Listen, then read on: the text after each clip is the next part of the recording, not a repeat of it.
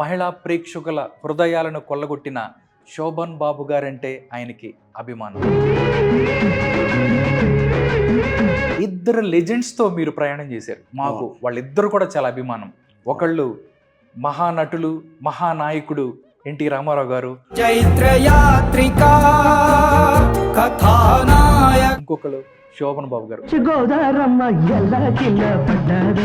నిజంగా వాళ్ళిద్దరితో కలిసి ప్రయాణం చేసే అదృష్టం కలగటాన్ని మీరు ఎలా భావిస్తారు? మాకు ఎన్టీఆర్, తెలుగుదేశం ఈ రెండు తప్ప ఇంకోటి తెలిసేది కాదు. మా కృష్ణా జిల్లా వస్తున్నామంటే మేము కోదాడ దాకా వెళ్ళిపోయేవాళ్ళం మోటార్ సైకిల్ వేసుకొని. కోదాడ 100 కిలోమీటర్ జర్నీ చేసేవాళ్ళు, జిల్లా మొత్తం తిరిగి అక్కడి నుంచి తీసుకొచ్చేవాళ్ళు ఆ రోజుల్లో.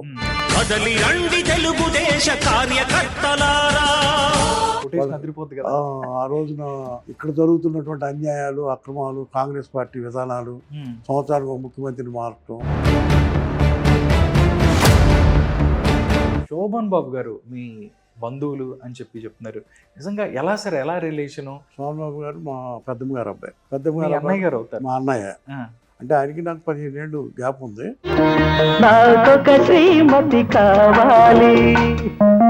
మా నాన్నగారు నా చిన్నతనంలో చనిపోయారు.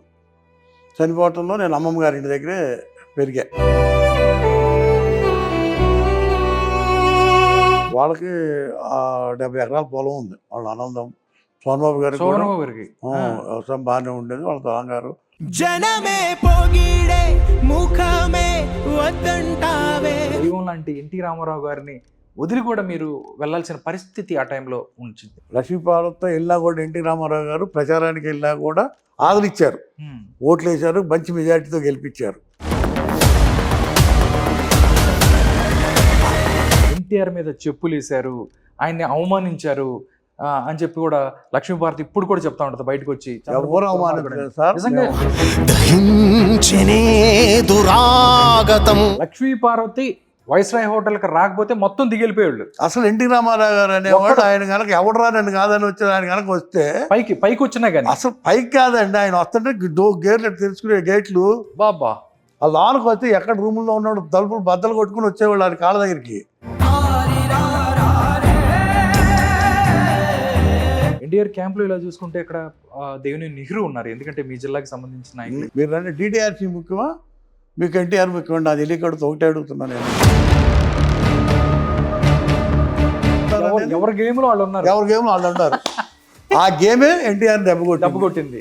వీళ్ళు ఎవరో కాదు కొట్టింది. అక్కడ చంద్రబాబు గారిని ఒక పక్కన విలన్గా చూపిస్తారు, ఒక పక్కన హీరోగా చూపిస్తారు.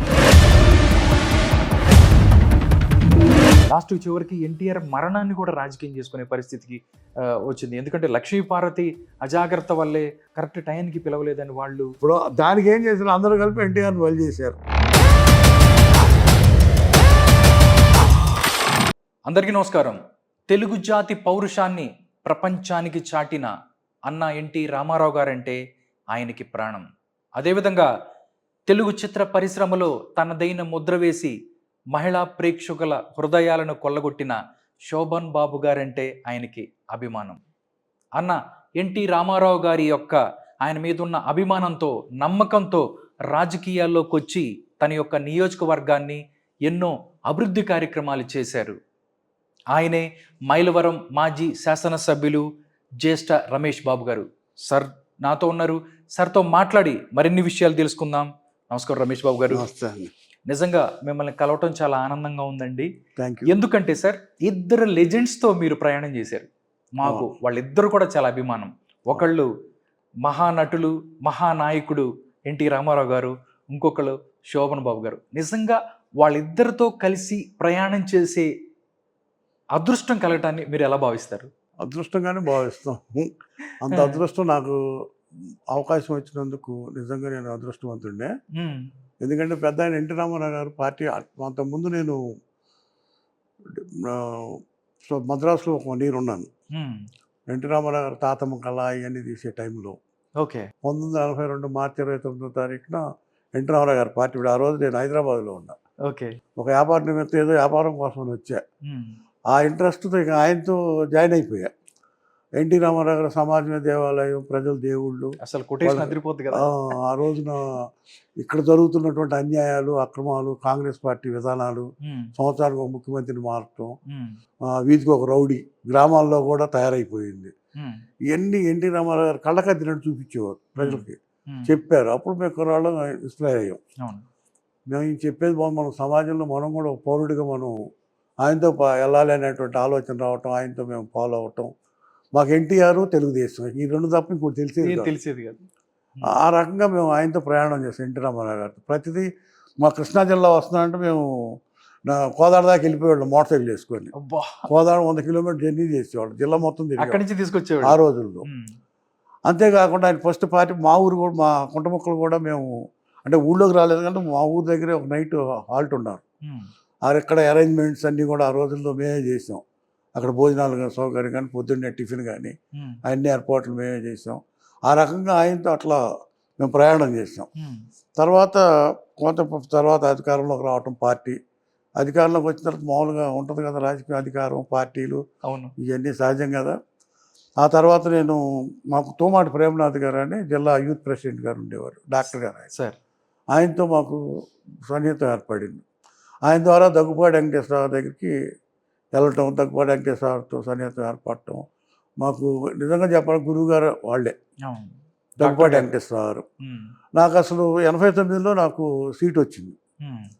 అసలు నాకు సీట్ ఎట్లా వచ్చింది, నేను అప్లికేషన్ పెట్టలా, నాకు తెలియదు అప్పుడు. కానీ మీరు యూత్ ఒక సామాన్య కార్యకర్తగా ఉండేవాడు తప్ప పని చేసుకుంటూ వెళ్ళటం, ఇదంతా పని చేయటం తప్ప అందరినీ కలుపుకొని వెళ్ళటం ఈ పని తప్ప మనకి ఇంకోటి తెలిసేది కాదు. 89లో మరి ఆ రోజుల్లో పరిస్థితి ఎన్టీ రామారావు గారు అంటే అదే. ఎన్టీ రామారావు అంటే వాళ్ళు చెప్తారు కదా, దట్ ఈజ్ ఎన్టీఆర్ అని. ఎన్టీఆర్ అది రాజకీయాల్లో నాకు సీట్ వస్తే జిల్లా కూడా ఆశ్చర్యపోయింది ఆ రోజు. ఒక సామాన్యుడికి, ఒక వర్కర్కి ఇచ్చాడు ఎన్టీ రామారావు, అది ఎన్టీఆర్ అంటే నిజంగా గుర్తించి ఐడెంటిటీ చేసి ఇచ్చారు, అది పార్టీ అంటే అని చెప్పుకునేవాళ్ళు ఎక్కడ చూసినా కూడా. ఆ రకంగా 89లో ఆ రోజు. అంటే ఎలా సార్, అంటే చాలా మంది మైలవరం అనగానే కంచు కోట, అక్కడ రమేష్ బాబు గారికి ఎందుకు టికెట్ వచ్చిందంటే అదే వచ్చింది మరి. అది ఏంటంటే కేవలం నా వర్క్ చేయడం తప్ప ఇంకోటి తెలియదు, నాకే తెలియదు. నేనే ఆశ్చర్యపోయా, జనం ఆశ్చర్యపోవడం, నేనే ఆశ్చర్యపోయా. నాకేంటి 89లో సీట్ అని. నాకు 83లో కూడా ఒకసారి ఎన్టీ రామారావు గారు నన్ను అడిగారు, పోటీ చేయమన్నారు. అప్పుడు నా వయసు అసలు నాకు అంత ఇది లేదు, అవగాహన కూడా ఉండదు, పోటీ లేదు, నాకు అవగాహన కూడా లేదు, నేను ఏం చేయలేను. అక్కడ అందుట్లో మాకేంటి చర్మల వెంకటరావు, కోండి బాసారు, అటు పక్కనే కొలిపవన్ గారు, పెరనే కోటేశ్వరరావు, ఉద్దండులు ఉండేవాళ్ళు కృష్ణా జిల్లా అంటే.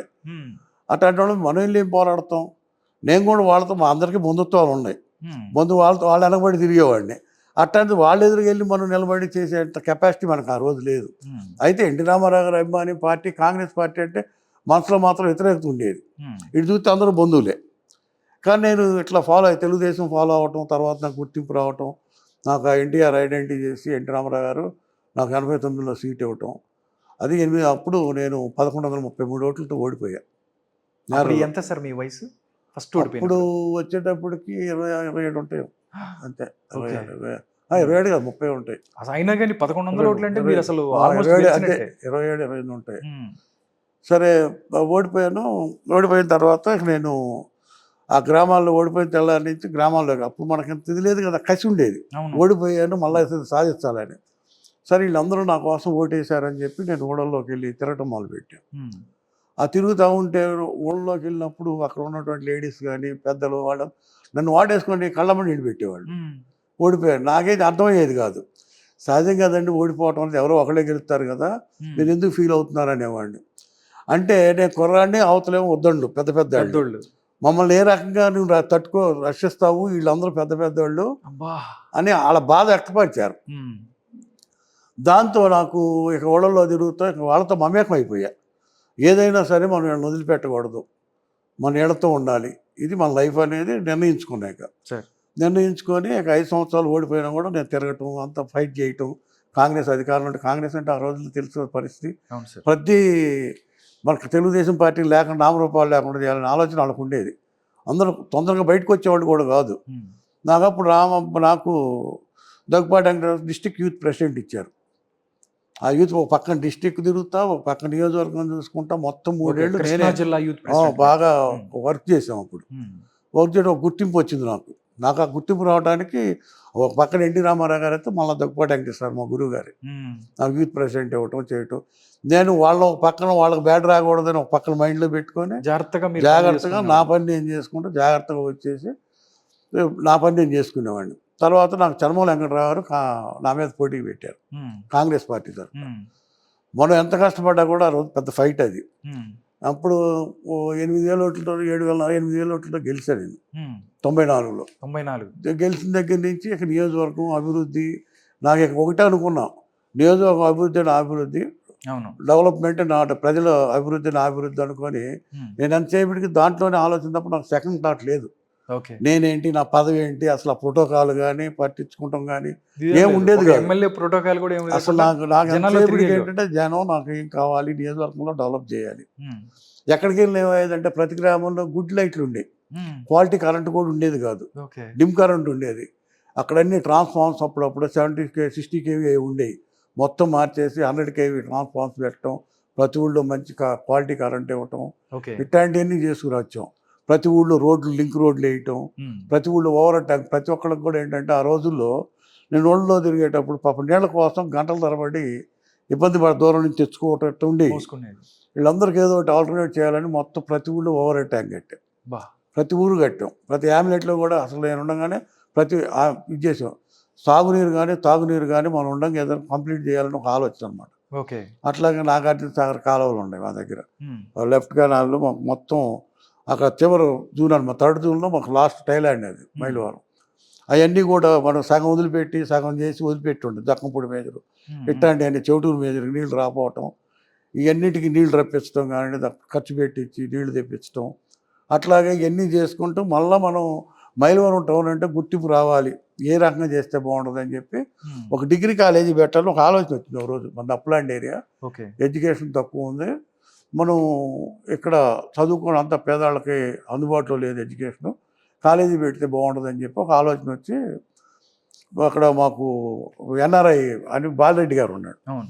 ఆయన నాకు 89లో చందా ఇస్తాను రమ్మన్నాడు. నేను వెళ్ళలేదు మీరు. వెళ్ళా. ఉమ్, ఎందుకు వెళ్ళలేదంటే నేను వాళ్ళు చందా తీసుకుంటే పెద్దవాళ్ళ దగ్గర రేపు ఏం చెప్తే అది చేయాలి, మనం గెలిస్తే మన సందా ఇచ్చాక పని చేయమని అంటాడు. అంటారు. మనం కొంచెం ఆదర్శం ఉండేది, నాకు కొన్ని ఆలోచనలు నాకు వేరే ఉండే అభ్యుదయ ఆలోచన. ఎందుకంటే ఎన్టీఆర్ అభిమాని మీరు. నాకు ఎన్టీఆర్ ఎన్టీఆర్ గారికి ఇష్టం. అభిమాని ఒకటి, నాకు ఎక్కువ కమ్యూనిస్టులతో సంబంధాలు, ఓకే. బీజేపీ ఇట్లాంటి వాళ్ళు అంటే కొంచెం లైక్ చేసేవాళ్ళం, కొద్దిగా ప్రజలకు ఆలోచనలు- మంచి చేసేవాళ్ళు అంటే అంటే అంటే ఆలోచనలో ఉండేవాడిని. అప్పుడు సిపిఎం కానివ్వండి, సిపిఐ వాళ్ళతో మంచి సంబంధాలు, సిపిఎంతో ఎక్కువ ఎక్కువ సంబంధాలు. సంబంధాలు. ఓకే. ఒకడు శారద గారు అని ఉండేవాళ్ళు, వాళ్ళతో అక్కడ ఉన్న కార్యకర్తలతో అందరితో కూడా. దాంతో నాకు అంత మైండ్ సెట్ అంతా కూడా ఏంటంటే సర్వీస్ చేయాలి ఇట్లా ఉండేది. ఉమ్, దీంట్లో భాగంగానే స్కూల్ ఎడ్యుకేషన్ తీసుకొస్తే బాగుంటుంది, నేను చదువుకోలేకపోయాను, ఇక్కడంతా చదివించాలి మన ఏరియాలో, అప్లాండ్ ఏరియాలో అప్లాండ్ మనం డెవలప్ చేయాలి అని ఒక ఆలోచన వచ్చింది. అప్పుడు చేస్తే ఏం బాగుంటుందని డిగ్రీ కాలేజీ పెడదామని స్టార్ట్ చేసాం. అప్పుడు గవర్నమెంట్ ఇవ్వట్లా.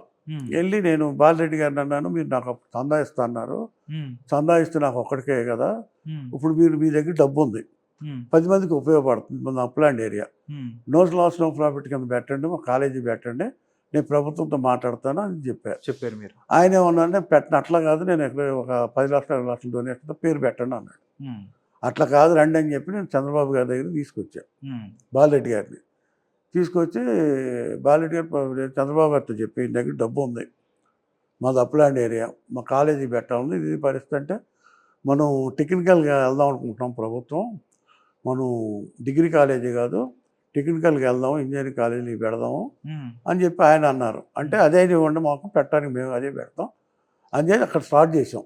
వెంటనే సాంబశివరావు నప్పచేసి సాంబశివరావు మేము అప్పుడు ఉండేవాళ్ళు కదా అవునండి. జాయింట్ సెక్రటరీ మన సీఎం గారి దగ్గర. అవును సార్. అప్పుడు బాలరెడ్డి గారు ఆయన మాట్లాడి నేను కూర్చొని మాట్లాడుకొని సీఎం గారు అప్పచెప్పారు. ఉమ్, ఆ కాలేజీకి ప్రపోజల్ పెట్టడం, ఏఐసీ ఢిల్లీ పంపిస్తే 4 కాలేజీలు శాంక్షన్ అయినాయి, 4 మాది ఒకటి మైలవరం. ఆ రోజు లక్కిరెడ్డి బాలరెడ్డి కాలేజీ.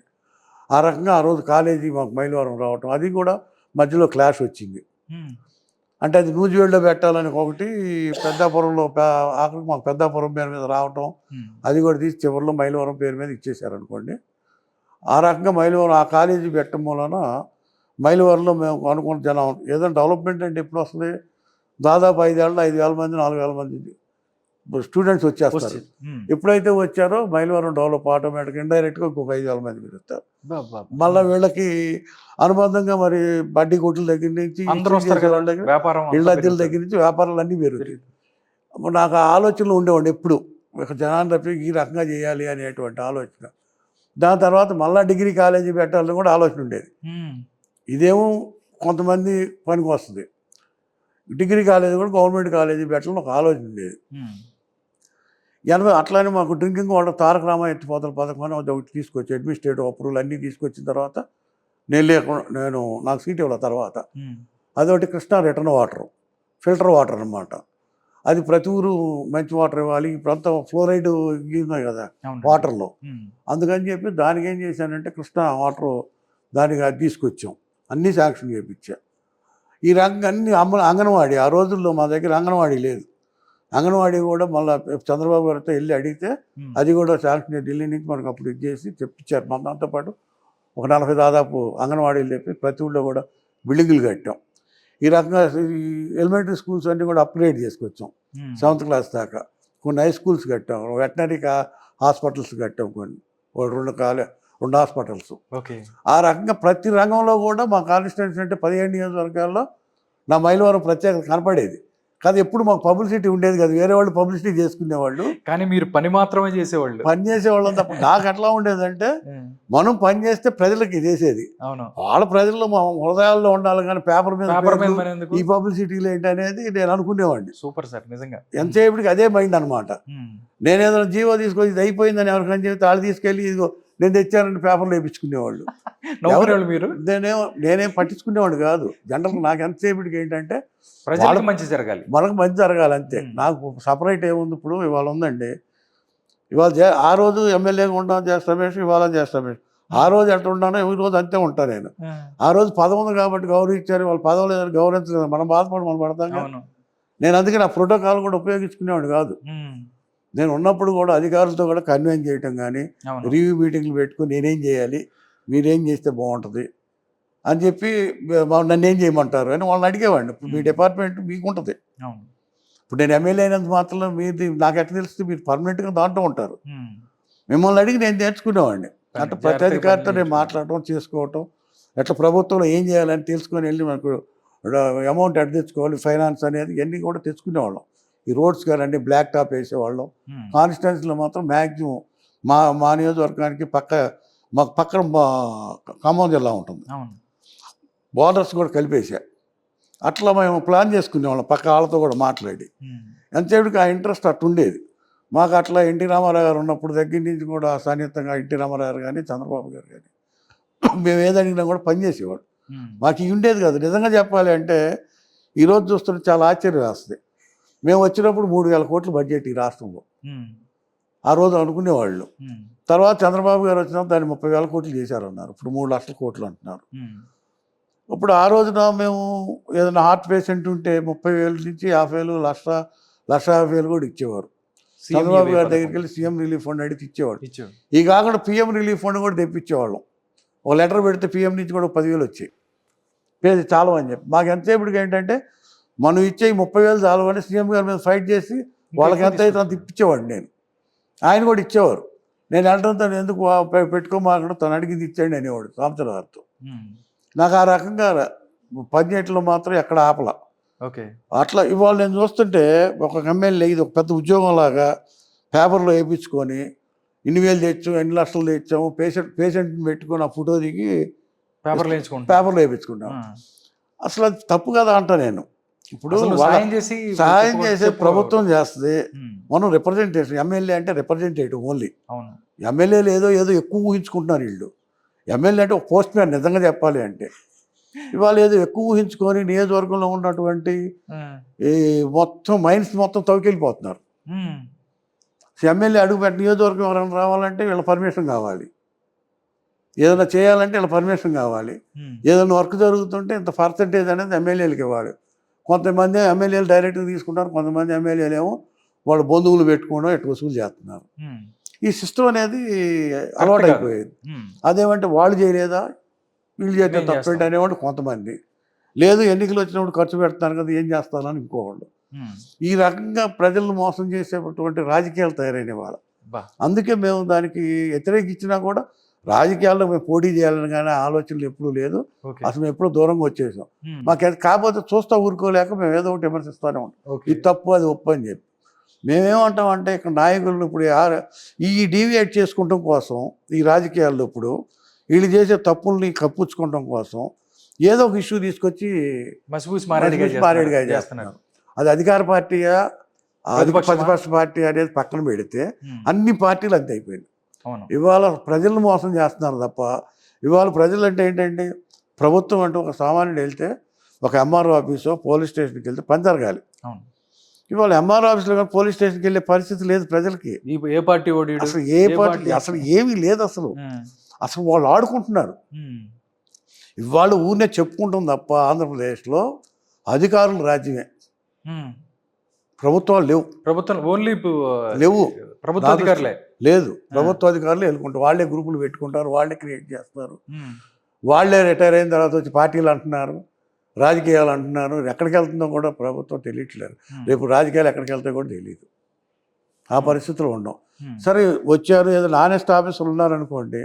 ఈ మధ్య ఏబి వెంకటేశ్వర లాంటి వాళ్ళు బయటకు వచ్చారు. అవును సార్, కోచింగ్ చేస్తారంటే అవేర్నెస్ ప్రోగ్రామ్స్ పెట్టి ప్రజలను చైతన్యవంతులు చేస్తే ప్రజల్లోకి వెళ్ళి ఇదిగో ఇది రాజ్యాంగం, ఇదిగో ఈ రకంగా జరుగుతున్నాయి ప్రభుత్వాలు. జేడి లక్ష్మీనారాయణ గారు కానీ, జయప్రకాష్ నారాయణ గారు కానీ, ఇట్లాంటి ఏబి వెంకటేశ్వర కానీ, విజయ్ కుమార్ అని ఐఏఎస్ ఆఫీసర్ ఇంకో కానీ పార్టీ పెట్టారు. అవును సార్, ప్రతి ఒక్కళ్ళు వచ్చి పార్టీలు పెడతాడు. ఏం ఆశించి పార్టీలు పెడతారు? పార్టీలు పెట్టగానే మేము నాలాంటి వాడు చెప్పేది ఏంటంటే ప్రజలు అనేది ఈ ప్రభుత్వాలు వస్తున్నాయంటే ప్రజలు ఓటేస్తున్నారు, ప్రజల డబ్బుతోనే ప్రభుత్వాలు. వీళ్ళు ఒక ట్రస్ట్ లాగా ఉండి పనిచేయాలి తప్ప వీళ్ళకేదో రైట్ ఇచ్చినట్టు ప్రజలు వాళ్ళు ఇష్టం వచ్చినట్టు అడ్డుగోలుగా వ్యవహరిస్తూ ఉంటే రాజకీయాలని దాన్ని ఏం చేయాలి? ఖండం చేయాలి కదా. ఇది చేయాలంటే ఎవరు చేయాలి? అవేర్నెస్ తీసుకురావాలి, ప్రజలు చేయాలి. ఆ ప్రజలకు ఏమో అర్థం కావట్లేదు. వాళ్ళు ఏం చేశారు? వాళ్ళ బలహీనతలను అడ్డు పెట్టుకున్నారు. కులం, మతం, ప్రాంతీయతత్వం, మందు, డబ్బు ఈ మొత్తెక్కిచ్చేశారు. విడగొట్టేస్తున్నారు ఎక్కడ కానీ. వీడితో వీళ్ళు ఉండిపోయారు. అరే ఈ డబ్బు మంది, వీళ్ళు ఇచ్చే డబ్బు మంది, వీళ్ళు మనం డబ్బుతో వీళ్ళ జీతాలు ఇస్తున్నాము, వీళ్ళు ఇట్లా ఉండి చేయాలి, మనం ఎందుకు వీళ్ళు ఇట్లా చేస్తున్నారు అనేది ప్రజల్లోకి తెలియట్లా. నేనేమంటానంటే ఇట్లాంటి వాళ్ళందరూ వచ్చి ఎవరైనా తీసుకు ఈ డబ్బు మీదరా ఈ ప్రభుత్వాలు మీకోసం, మీరు ఎన్నుకునే ప్రభుత్వాలు మీకోసం పనిచేయాలి. వాళ్ళకేదో చేతికి గొడవలు ఇచ్చినట్టు ఆ గొడవలు చూసి మీరు భయపడతా మీరు ఎక్కడ ఇళ్లలో దాక్కుని కేసులు పెడతారంటే భయపడితే అంటే ఎట్లా అనేది వీళ్ళు చెప్పాలి కదా ప్రజలకి. అవునండి, అవి చెప్పట్లా. అది ఎన్టీ రామారావు గారు అన్నప్పుడు ఒక లా అండ్ ఆర్డర్ కంట్రోల్ చేశారు. చంద్రబాబు గారు కూడా గతంలో చేశాడు. ఇప్పుడు చంద్రబాబు గారిలో కూడా పొట్టలేదు, అంత కనపట్ల. ఈ అధికారుల్లో కూడా ఎట్ట మార్పు వచ్చిందంటే విడిపోయారు. కులాలు మతాలు పెట్టిన అధికారులు. కులాలు మతాలు ఏంటంటే ఏం మాట్లాడుతున్నారు? ప్రజలకి సేవ చేయాల్సిన వాళ్ళు కదా. లేదు, అదే సర్వీస్ చేయాల్సిన వాళ్ళు కదా. అవును, చేయాల్సిన వాళ్ళు. ఇప్పుడు ప్రభుత్వ యంత్రాంగం తయారైంది, పాలనా యంత్రాంగం అట్లా తయారైంది. వాళ్ళకి అనుకూలంగా ఉన్న తీసుకురావటం, అధికారులు వేసుకోవటం, వాళ్ళు పనిచేయరు. ఈ రకంగా ప్రభుత్వాలతో పక్కన ఆ రకంగా తయారైపోయింది. అందుకని ఈరోజు కూడా ఎన్టీఆర్ సజీవంగా ఉన్నాడు. ప్రతి ఒక్కరి హృదయాల్లో ఎన్టీఆర్ ప్రభుత్వం కనపడదు. ఆయన చేసిన సంస్కరణలు కానివ్వండి, ఆయన తీసుకున్నటువంటి నిర్ణయాలు కానివ్వండి. ఆ తర్వాత చంద్రబాబు గారు కూడా చేసుకొచ్చాడు. తర్వాత రాజశేఖర రెడ్డి గారిని ప్రతి ఒక్కరు చేసుకొచ్చారు. చేయలేదంటే నేను ఎవరున్నాను. కానీ పాలనలో తేడాలు వచ్చేస్తున్నాయి. రోజు రోజుకి ప్రజలు ఇబ్బంది పడుతున్నారు. నేననేది ఏంటంటే ప్రజలకి అండగా ఉండాల్సిన ప్రభుత్వం ఉంటుందా. ఇవాళ ప్రజలు భయపడే పరిస్థితులు వచ్చినాయి. ప్రజల ఆస్తులు మొత్తం దోచేస్తున్నారు. ఇవాళ ఎమ్మెల్యేల పేరుతో మొత్తం బ్రోకర్లు వచ్చేసారు. రియల్ ఎస్టేట్ దారులు, బ్రోకర్లు వీళ్ళంతా వచ్చేసి ఇవాళ గ్రామాలను దోపిడీ చేస్తూ ఉంటే చూస్తూ ఊరుకుంటున్నాయి ప్రభుత్వాలు. అది తప్పు కదా. ప్రజలు ఏం చేయలేకపోతున్నారు. అంటే కంట్రోల్ లేదు. అంటే నేను దానికంటే పాలన పట్టుపోయిందేమని చెప్పి నేను రాజకీయాలు అనుకుంటున్నాను. దీన్ని అన్ని తప్పించుకోవడానికి డివేట్ చేస్తున్నారు ప్రతి ఒక్కటి. టాపిక్ డైవర్ట్ చేస్తున్నారు. దీనికి ప్రజల్లో అవేర్నెస్ రావాలనేది నా కోరిక. నేను అప్పుడప్పుడు నేను సోషల్ మీడియాలో పెడతా ఉంటారు. మీరు ప్రజల్లో అవేర్నెస్, యూత్ ముందు రండి అది ఇది అని చెప్పి. అంటే నా శక్తి చాలదు. నేనేమంటే ఐఏఎస్, ఐపీఎస్, ఈ రాజకీయ నాయకులు నిజాయితీగా ఉన్నటువంటి వాళ్ళు ఎవరైతే ఉన్నారో వాళ్ళు, ఇప్పుడు బాలసుబ్రహ్మణ్యం ఒక ఐఏఎస్ ఆఫీసర్ కొంతమంది ఉన్నారు. ఇట్లాంటి వాళ్ళంతా బయటకు వచ్చి ఒక అవేర్నెస్ ప్రోగ్రామ్స్ పెట్టండి, ప్రజలు చైతన్యవంతం చేయండి. ఇవాళ మనం ఎంతసేపు టీవీల్లో చెప్పినా ఎక్కదు. ప్రజల్లోకి రండి. కావాలంటే మాబోటి వాళ్ళు మేము వేదికలు తయారు చేస్తాం. 10 మందిని పోగు చేస్తాం, వచ్చి చెప్పండి మీరు. ఆ రకమైనటువంటి పరిస్థితి వచ్చినప్పుడు ప్రజల్లో అవేర్నెస్ వస్తుంది. మనకి ఇవాళ ఉన్నటువంటి మనకి ఇవాళ ఆంధ్రప్రదేశ్ తీసుకోండి, ఇవాళ మనం తెలంగాణ హైదరాబాద్ ఒకటి తప్ప తెలంగాణలో ఏముందండి? ఆంధ్రప్రదేశ్లో ఎన్ని సిటీలు ఉన్నాయండి? మనకి ఎంత ఇన్కమ్ వస్తుంది? మనకి వాళ్ళ సముద్రం ఎంత ఉందండి? పోర్ట్లు ఉన్నాయి. పోర్ట్లు ఎన్ని పోర్ట్లు పెట్టుకోవచ్చు అండి? ఆఖరి చేపలు అమ్మినా కూడా వస్తాయి కదండి మనకి చేపలు పట్టుకొని. ఇవాళ యూత్ అంతా కూడా అన్ఎంప్లాయ్మెంట్ మీరు కరెక్ట్గా పోర్ట్లు పెడితే ఇంపోర్ట్ ఎక్స్పోర్ట్ వ్యాపారాలు ఎన్ని చేసుకోవచ్చు. ఇట్లాంటి ప్రభుత్వాలు ఆలోచించినాయి అనుకోండి, మనకున్నటువంటి వనరులు ఇవాళ తెలంగాణతో పోల్చుకుంటే తెలంగాణ కంటే మనం 4 రెట్లు పెరుగుతాం. కానీ అక్కడ డెవలప్ చేయాల్సింది చాలా ఉంది, అది చేయాలి వీళ్ళు. అది కాకుండా కొట్టుకోవటం మొదలు పెట్టారు. ఈ ఇన్ఫ్రాస్ట్రక్చర్ ఎప్పుడైతే తయారు చేస్తారో పరిశ్రమలు మీరు నేను బతిలాడవసరంలా ఆటోమేటిక్గా వాళ్ళే వచ్చేస్తారు. వాళ్ళకేంటంటే కావాల్సింది ఇప్పుడు రోడ్డు మీద వెళ్ళింది అనుకోండి, ట్రాన్స్పోర్ట్ మనకి ఎంత అవుతుంది? 2 రూపాయలు అవుతుంది అనుకోండి. ఎయిర్లో వెళ్తే 4 రూపాయలు అవుతుంది అనుకోండి. అదే నీళ్ళల్లోకి వెళ్తే వచ్చేటప్పటికి పావులాతో వచ్చేస్తుంది ట్రాన్స్పోర్ట్. ఓకే, తగ్గిపోద్ది. వాళ్ళే వస్తారు మన కోసం. ఇప్పుడు రా మెటీరియల్ తెచ్చుకోవాలనుకోండి, ఇతర దేశాల నుంచి ఏదన్నా వచ్చి రా మెటీరియల్ మన సముద్రం పక్కన ఉంది కాబట్టి వచ్చి రా మెటీరియల్ తెచ్చుకుంటారు, దగ్గరలో పరిశ్రమలు పెడతారు. ఇట్లాంటివన్నీ ఆటోమేటిక్గా జరుగుతాయి కదా. నేనేమంటానంటే అవి ఆలోచన చేయండి. ఇవన్నీ కొట్లాట్లు ఎందుకు? ఇప్పుడు అధికారం ఇచ్చారు, మేము కూడా అడిగేది ఏంటంటే వాళ్ళ ప్రభుత్వాన్ని, మీకు అధికారం ఇచ్చారు, ఇవాళ 3 పార్టీలు ఉన్నాయి, మీరు ప్రతిపక్షం కరెక్ట్గా ఉందా లేదని మీకు అనవసరం. అది మీ పని మీరు చేసుకుంటారు, మీ పని మీరు చేసుకుంటే వెళ్ళండి. మీరు చేయడానికి చాలా విశాలమైనటువంటి ఈ రాష్ట్రంలో ఎన్నో ఉన్నాయి చేయాల్సిన పనులు. ప్రజలకు మీరు మెప్పు పొందవచ్చు ఇవన్నీ చేసి. ప్రజలు మీరు మంచి చేసి ప్రజలు మీ వెనకే వస్తారు. మీరు చేయలేదు అనుకోండి, ఆల్టర్నేట్ దారి ఎత్తుక్కుంటారు కదా. 100% కదా. అది కదా, దాని గురించి ఆలోచించాల్సిన అవసరం ఏముంది సార్? మీరు డివేట్ అవుట్ ఎందుకు? అంటే ఏమేమి ఉన్నాయి అంటే మీరు గమనించి ఎందుకంటే అనునిత్యం ప్రజల్లోనే మీరు ఉంటారు, వాళ్ళతోనే ఉంటారు, వాళ్ళ మనసుల్లో ఏమున్నాయి ఇంకా? ఎందుకంటే ఒక పక్కన చూసుకుంటే అమరావతి ఏదైతే రాజధానిగా మేము తీసుకొస్తున్నామని వాళ్ళు మాట్లాడుతున్నారు, అటు పక్కన చూస్తే పోలవరం అవ్వచ్చు, లేకపోతే విశాఖ ఉక్కుకు సంబంధించో, లేకపోతే ఈ 24 తర్వాత సెంట్రల్ గవర్నమెంట్కి సంబంధించి ఎన్ని వేల కోట్ల రూపాయలు తీసుకొచ్చి ఇక్కడ మేము డెవలప్ చేస్తామని ప్రభుత్వం చెప్తుంది. అలాంటిది గ్రౌండ్ రియాలిటీ లేదంటారా మీరు? ఇప్పుడు 5 సంవత్సరాలు ప్రభుత్వం జగన్మోహన్ రెడ్డి గారు చేశారు గతంలో. ఆయనకు అమరావతి తీసేయాలనుకున్నాడు అనుకోండి, తీసేసి 5 సంవత్సరాలు తీయలేదు కదా, తీయలేదు. ఇవాళ దాని గురించి ఆర్గ్యుమెంట్ ఏముంది అసలు? నేను అనేది అది. రేపు వచ్చి ఎందుకు తీస్తాడు అసలు? ఆయన ఖాళీగా ఉన్నాడు కాబట్టి మిమ్మల్ని డివేట్ చేయడానికి ఆయన ట్రాప్లో వేస్తున్నాడు, మీరు ట్రాప్లో పడుతున్నారు అంటారు. ఇది కరెక్ట్ సార్, ఇది కరెక్ట్. మీరు ఆయన దారిలో మీరు వెళ్తున్నారు. అంటే మావిగన్ అదేనా అంతే అంటే ట్రాప్ అంటారా? ఆల్రెడీ ఇప్పుడు సిఆర్డిఏలో ఉందండి అక్కడ దాకా. ఆ మచిలీపట్నం ఒకటి లేదు. ఆ మచిలీపట్నం ప్రత్యేక చేర్చమని ఆయన చెప్పదలుచుకుంటే. అసలు చెప్పకపోయినా కూడా మీరు పోర్ట్ ఎక్కడ ఉంది? బందర్ పోర్ట్ అంటే అమరావతి అంటారు, అంతే కదా. ఇప్పుడు గన్నవరం ఎయిర్పోర్ట్ ఉంది, ఎక్కడ ఉందంటే Vijayawada. Vijayawada thermal power station ఎబ్రహీంపట్నంలో ఉంది, ఎక్కడ ఉంది? ధర్మల్ పవర్ స్టేషన్ విజయవాడ అంటారు. అంటే ఇది అమరావతిలోకి వస్తాయి ఇవన్నీ, ప్రత్యేకంగా చెప్పవసరంలా. నేనేమంటానంటే ఇది డివియేట్ చేయడానికో లేకపోతే ఆయన ఆలోచన ఏంటో ఆయన సపరేట్ అనుకోండి. మీకు ప్రతిపక్షంలో ఒక ఐడెంటిటీ చేసుకుంటానికో వాళ్ళకి ప్రజల్లో ఉండాలి కాబట్టి ఏదో చెప్తారు వాళ్ళు. ఆయన డివైడ్ చేస్తాడు, మీరు డివైడ్ చేస్తే మీరు వెళ్తున్నారుగా, సమాధానం చెబుతున్నారు వెళ్ళి. మొత్తం సోషల్ మీడియా అంతా అదే ఉంది కదా. సోషల్ మీడియా అంటే మెయిన్ మీడియా డైరెక్ట్ రాధాకృష్ణ గారు, ఏబిఎన్ రాధాకృష్ణ గారు అసలు జగన్మోహన్ రెడ్డి గారిని మర్చిపోని కూడా మీరే తీసుకొస్తున్నారు. జగన్మోహన్ రెడ్డి గారి గురించి అసలు మీకు ఎందుకు? అసలు మీరు వదిలేయచ్చుగా. ఇప్పుడు ఆయన కాదనే కదా మీకు ఇచ్చింది. అంటే ఇట్లా మాట్లాడాను, ఓహో ఈ జగన్మోహన్ రెడ్డి గారిని వెనకేసుకొస్తే మళ్ళీ ఇది మొదలు పెడతారు. ఇదొక ప్రాబ్లం. ఇట్లా తయారయ్యారు. ఇప్పుడు ఏమవుతుందంటే ఇది తప్పు ఇది ఒప్పు అనే పరిస్థితి లేదండి. ఎవరు డబ్బాలు కొట్టుకోవాలి, ఎవరు నాకు సపోర్ట్ చేసుకోవాలి, ఇడిపోయారు అక్కడికి. ఇప్పుడు అలాంటి వాళ్ళకి ఏంటంటే ఇది నాకు ఇష్టం ఉండదు. ఏది నిజమైతే అదే మాట్లాడతాం, ఏది తప్పు అయితే అదే తప్పు అంటాం. దానివల్ల కూడా ఇబ్బంది ఉంది. ఓకే, అందుకని మాకు ఎంతసేపటికి ఏంటంటే వాళ్ళు ఉన్న రాజకీయాలు మేము ప్రజలకు మంచి జరగాలని కోరుకుంటాం తప్ప మాకు ఎవరి మీద ద్వేషం లేదు.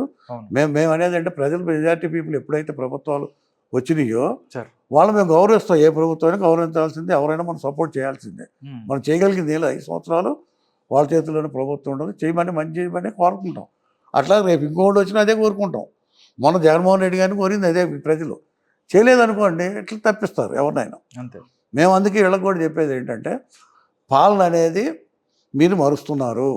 గ్రామాల్లో ఉన్నటువంటి సామాన్యుడికి ప్రభుత్వం లేదు. ప్రభుత్వం అంటే మీరు ఎంతసేపటికి ఏంటంటే పప్పు బెల్లాలు పెట్టడం కాదు, వాడికి వ్యక్తిత్వం కూడా ఉంటుంది, వాడికి కూడా స్వయం కృషి, స్వశక్తి, వాడి సొంత ఆలోచన ఉండాలి. అంతేటి మీ మీద డిపెండ్ అవ్వి ఉండకూడదు కదా. పొద్దున్నే లేచి 1వ తారీఖు వచ్చినట్టు బెస్ట్ వేసినట్టు వేస్తాడు, ఎట్కోసం ఎదురు చూడాలా? నా ఊళ్ళో నేను స్వేచ్ఛకి బతకూడదా?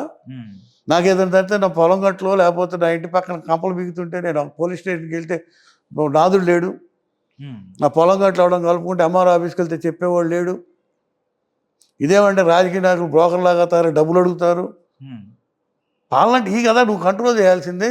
సార్ నిజంగా మీరు చూస్తే 94లో మీరు ఎమ్మెల్యేగా 5 సంవత్సరాలు మీరు మైలవరానికి మీరు ఎంతో అభివృద్ధి కార్యక్రమాలు చేశారు. నిజంగా వండర్ఫుల్ అనమాట. కానీ అసలు ఇవన్నీ చూస్తే అసలు ఫస్ట్ టికెట్ మీ ఎలా వచ్చింది? ఎన్టీ రామారావు గారితో మీ అనుబంధం ఏంటి? ఆయన మిమ్మల్ని మీరు కలిసి కూర్చొని మాట్లాడినప్పుడు, ఆయన దగ్గరికి వెళ్ళినప్పుడు ఆయన ఎందుకంటే మీరు శోభన్ బాబు గారి బ్రదర్ అని ఆయనకి తెలుసా, లేకపోతే ఏంటి సార్? మీరు ఫస్ట్ టికెట్ ఎలా వచ్చింది? ఇదేంటి ఈ ఎక్స్పీరియన్స్ ఏంటి? నాకు వాస్తవంగా శోభన్ బాబు గారి బ్రదర్ అనేది ఆయనకి తెలియదండి. 89లో నాకు టికెట్ నా కోసం ఎతికారు. నేను పొద్దున పూట నుంచి అనౌన్స్ చేశారంట. అప్పుడు నాచారం స్టూడియో దగ్గర నా ఉదయం నుంచి పిలుస్తున్నారు, జాస్ట్రమేషన్ కేకేస్తుంది. ఆ రోజుల్లో ఇవన్నీ లేవు కదా, ఏం లేవు కదా. నేను ఆ సాయంత్రం పూట చూద్దామని వెళ్ళాను. వెళ్ళేటప్పటికి నీకోసం పిలుస్తున్నారా అని చెప్పి తీసుకెళ్లారు లోనకి. వెళ్ళిన తర్వాత అప్పుడు కుటీరం ఉండేది, కుటీరంలో ఎన్టీ రామారావు గారు ఆ పులి చర్మం వేసుకొని కూర్చొని ఆ బాక్స్ ఇది ఉండేది గల్లాపేటలాగా ఎదురుగా, దాంట్లో బీఫారం పెట్టేసి ఉన్నాయి. లోనకి వెళ్ళి తీసుకెళ్ళాడు. అప్పుడు రమణ అని ఉండేవాడు ఎన్టీ రామారావు గారి దగ్గర. తీసుకెళ్ళిన తర్వాత లోనకి వెళ్ళిన తర్వాత 2 బ్రదర్ అన్నాడు. అన్న తర్వాత మీరు మైలవరం పోటీ చేస్తున్నారు అన్నా అన్నట్టు పెట్టి అని మీరు గెలిచి రావాలి కమాన్ అని చెప్పి ఇట్లా తీసి సంతకం పెట్టి బీఫారం మీద దాని చెప్పి ఫోటో దిగేసి బీఫారం ఇచ్చి గెలిచి కనపడండి అని అన్నారు. నాకు అసలు ఏం తెలియదు. షాక్. మనకేం తెలుసు? ఆయన పిలుపు కోసం ఎదురు చూస్తూ ఉంటారు. అసలు జనరల్గా మాకు ఎన్టీఆర్ అది ఒక పిచ్చి, ఆ పార్టీ ఆ పిచ్చి తప్ప మనకి కూడా తెలియదు. లేదు. అవును, ఎమ్మెల్యే నాయకత్వాలు తిరుగుతూ ఉండేవాడిని, ఎంత చేసేవాడిని, కానీ ఉండేది పార్టీ పెట్టిన పోటీలు పట్టడం నేర్చుకుంటూ ఉండేవాడిని. అప్పుడంతా మెచ్యూరిటీ అవుతా ఉన్నా.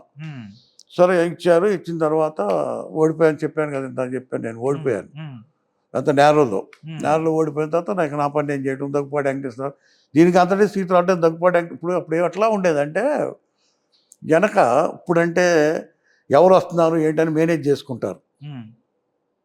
ఇప్పుడు నియోజకవర్గాల్లో ఎట్లా ఉంది చూసినామని చెప్పారు అనుకోండి హైకమాండ్, వాడు వచ్చేది వాడికి ఫ్లైట్ టికెట్ బుక్ చేస్తారు, హోటల్ బుక్ చేస్తారు, వాళ్ళకి కావాల్సినన్ని అరేంజ్ చేస్తారు, ముందు మాకు అన్ని అరేంజ్ చేసేసి వాడికి యాంటీకి రాయండి లేకపోతే వీడికి ఫేవర్ రాయండి అని చెప్పి నాయకత్వాలు తీసుకెళ్తారు. ఎన్టీ రామారావు గారిది అట్టుండేది కాదు. ఎన్టీ రామారావు గారికి ఎవరు అభిమానంగా ఉంటారు, ఎవరు కమిట్మెంట్తో పనిచేస్తారు, ఎవరైతే గెలుస్తారు, ఆయనకు ఒక అవగాహన ఉంటుంది. ఎవరు పని చేస్తున్నారు అనేది ఆయన సొంత మనుషులను పెట్టుకొని మొత్తం స్టడీ చేసేవాడు. ఎవరు ఇవన్నిటి మీద మళ్ళీ దగ్గుపాటి వెంకటేశ్వర ఉండేవారు. దగ్గుపాటి వెంకటేశ్వర వెళ్ళి ఆయన స్టడీ చేసుకునేవాడు. ఇవన్నీ స్టడీ చేసి మాకు తెలియదు, ఇవన్నీ తర్వాత తెలిసింది మాకు. వెంకటేశ్వర ఇవన్నీ చేసిన తర్వాత వెంకటేశ్వర చెప్పేవారు. వీళ్ళంతా కూర్చొని డిస్కస్ చేసుకొని చేసేవాళ్ళు. అట్లా టికెట్ వచ్చింది. మాకు ఎంతసేపు డాక్టర్ గారు తెలుసు తప్ప మాకు ఎన్టీ రామారావు గారి సీట్లు మేము అడిగేవాళ్ళం. డాక్టర్ గారిని కూడా ఎప్పుడు నేను అడగల. ఏమైనా చెప్తే మా ప్రేమనాథ్ గారు ఎట్లాంటి వాళ్ళు మాకు కొంతమంది చెప్పారు, నేను ఎప్పుడు అడిగేవాడిని కాదు. మనకు ఆ స్థాయి కూడా ఉందనేది నేను అనుకునేవాడు కాదు. సామాన్య కార్యకర్తగా మాదంతా ఎంతసేపటికి పురికొస్తా, మైదా పిండి, జెండాలు కట్టడం, జిందాబాదులు కొట్టడం, ఈ ఎడావిడిలో ఉండేవాళ్ళం. నలుగురు పోగు చేయటం ఏదో ఒక ఈ ఆలోచనలో ఉండేవాళ్ళం తప్ప ఏదో ఎమ్మెల్యే ఇవన్నీ ఆలోచన ఉండేది కాదు అప్పుడు అసలు. సరే అయిన తర్వాత అంటే ఒకటి మాకు ఆ ఎక్స్పీరియన్స్ పనిచేసింది. ఏదైతే ఈ పురికోస మైదాపిండి ఇవన్నీ ఏదైతే ఉందో అందరితో కలిసి ఆ హ్యూమన్ నేచర్, వాళ్ళ సైకాలజీ ఏంటి, వాళ్ళతో ఏ రకంగా వెలగాలి, వాళ్ళతో ఏం మాట్లాడాలి, ఏం చేయాలి, ఇవన్నీ ఒక అవగాహనకు వచ్చి ఉన్నాం. అప్పటికి నేను ఓడిపోయిన తర్వాత ఫుల్ మెచ్యూరిటీ వచ్చేసింది. అప్పుడే నేను ఏం చేయాలి, గెలిస్తే ఏం చేయాలి అనే ఒక ఆలోచనకు వచ్చేసి గెలిచినామంటే ఇక డెవలప్మెంట్ తప్ప ఇంకొక ఆలోచన లేదు. ఇక 5 సంవత్సరాలు ఇక 5 సంవత్సరాలు అదే ఏకదాటికి అదే, ఎవరేమనుకున్నా నా పని నాదే. అది కూడా జనానికి నచ్చల. నేనుంటే అట్టుండేవాళ్ళు అంటే కూర్చుంటే నా కులంతో పని లేదు, మతంతో ఎవరైనా నా దగ్గరికి వచ్చి డైరెక్ట్ కూర్చునేవాళ్ళు, మాట్లాడేవాళ్ళు, రూమ్లోకి వచ్చేవాళ్ళు ఆఖరికి నా బెడ్రూమ్ కూడా తలుపు కొట్టి వచ్చేవాళ్ళు. అర్ధరాత్రి 12, 1 గంట అయినా కూడా. అది భార్య ఉందని కూడా తీసేవాళ్ళు కాదు, వచ్చి తలుపు తీసేవాళ్ళు. అంటే అంత రిలేషన్ ఉండేది. అవును, జనంతో అలా మిక్స్ అయిపోయారు, పాపం పనులు చేసుకుని వచ్చేవాళ్ళు. నేను కూడా అట్టానే ఉండేవాడిని. నేను ఇంటికి వెళ్ళేటప్పటికి రాత్రి 12, 1 గంట 2 అయినా కూడా నా ఇంటి ముందు దొడ్లో మొత్తం జనం వచ్చి ఉండేవాళ్ళు. 100, 200 మంది కూడా ఉండేవాళ్ళు ఆ రోజుల్లో. ఆ రకంగా అభిమానంతో ఉండేవాళ్ళు. అట్లాంటి అభిమానం సంపాదించుకునేవాడిని. ఇది ఎప్పుడైతే ఎన్టీ రామారావు గారు ఇవన్నీ పోయినాయో, ఈ రాజకీయాలు దాన్ని ఏం చేయాలో ఎట్లా చెప్పాలో తెలియదు. కానీ ఈ కుళ్ళు కుతంత్రాలు ఇవన్నీ వాల్యూస్ తప్పుకుంటూ వచ్చినాయి. మాకు ఎంతసేపటికి తెలిసింది ఏంటంటే, మాకు ఎన్టీ రామారావు గారి దగ్గర నెగిటివ్ థింకింగ్ లేదు, పాజిటివ్. మా సోహన్ బాబు గారు మా బ్రదర్ అయినా ఆయన దగ్గర పాజిటివే. మా వెంకటేశ్వర సార్ కూడా నా గురువు అయినా ఆయన అంతే. మాకందరూ ఇదే ఆలోచనతో ఉంటాం, కానీ కుట్రలో కుతంత్రాలు మాత్రం తెలియలే. మరి నేను ఆ గూట్లో నుంచి రాజకీయాలు మీకు వంట పట్ల ఎంతసేపటికి ఆ వంట పట్టిన వాళ్ళేమో చంద్రబాబు గారు వచ్చిన చంద్రబాబు గారిని కాకబట్టి అందరూ ఎమ్మెల్యేలు అయ్యారు.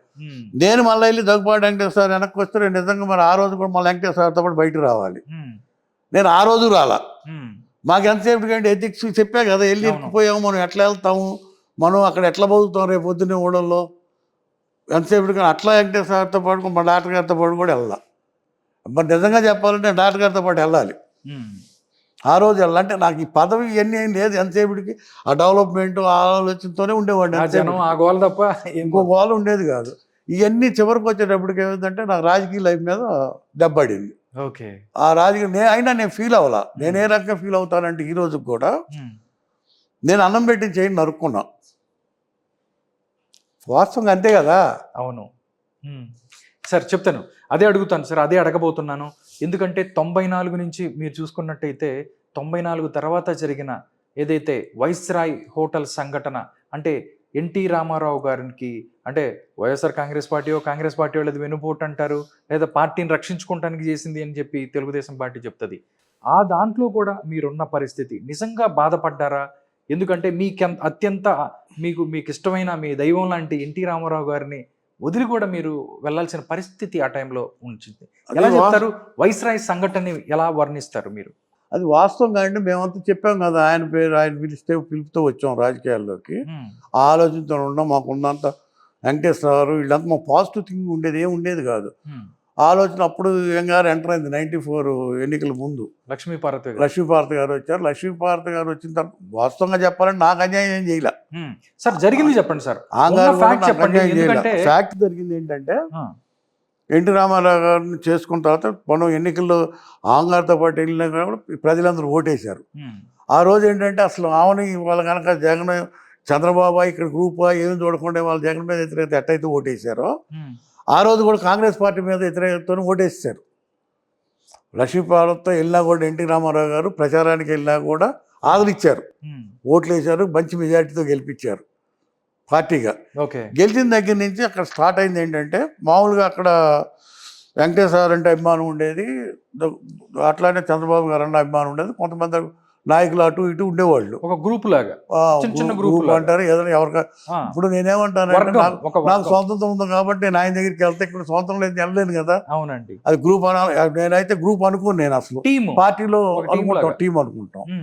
అట్లానే ఇప్పుడు అక్కడికి వచ్చిన తర్వాత ఏమైందంటే, కొంతమంది ఉంటారు కదా, వాళ్ళు కొంతమంది ఏం చేశారు, లక్ష్మీపార్వతి గారి దగ్గర చేరారు. వాళ్ళు చేరి చిన్నగా వీళ్ళ మీద వాళ్ళ మీద వీళ్ళకి చెప్పడం, మూడో గ్రూప్ అన్నట్టుగా తయారు చేశారు.